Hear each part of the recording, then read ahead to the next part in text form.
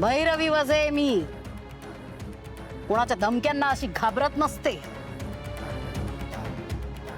ही भैरवी ना हरते ना कोणापुढे झुकते।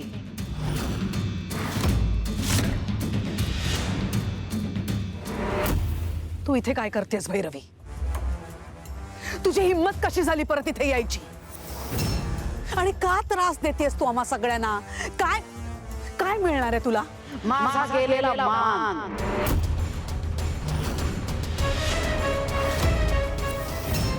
तुझ्या या सुनेने अख्ख्या जगासमोर माझ्या घराण्याची इज्जत जी मातीत घातली आहे ना, तोच मान परत मिळवायचा आहे मला।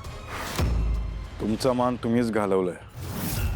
सावलीने काही केलेलं नाही, तिने फक्त तिचं काम केलंय। तिने तिचं काम केलंय ना, मग आता मी माझं काम करणार आहे।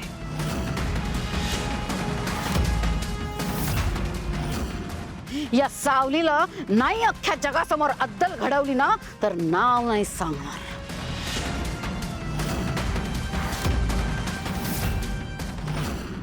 माई काय झालंय तुम्हाला? शिष्य आहे मी तुमची। तुम्हीच मला संगीताची विद्या दिलीत ना, मग तुम्हाला तुमच्या शिष्याला संपवण्यात कसा काय आनंद मिळू शकतो? हे बघा माई, आपलं हे नातं असं नका संपवू प्लीज। नातं? कुठलं नातं?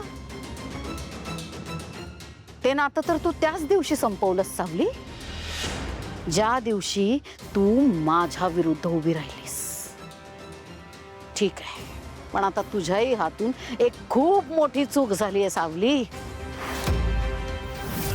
मी दिलेलं आव्हान स्वीकारून खूप मोठी चूक केलीस। आणि आता जर हरलीस ना सावली, तर कायमचं गाणं सोडावं लागेल तुला। आहे मंजूर?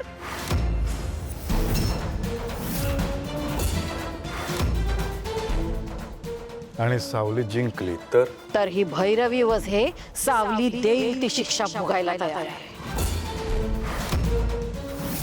बस ना भैरवी, बस कर, सोड तुझा हट्ट। नाही सोडणार, मुळेच नाही सोडणार। या मुलीने अख्ख्या जगासमोर माझ्या घराण्याचा जो मान घालवलाय ना, तो मान परत मिळवल्याशिवाय आता मी शांत बसणार नाही। तो मान हिला हरवून मी परत मिळवणार आहे। तयार राहा सावली, आता आपली भेट होईल ते थेट संगीत मुकाबल्यातच। भेटूच।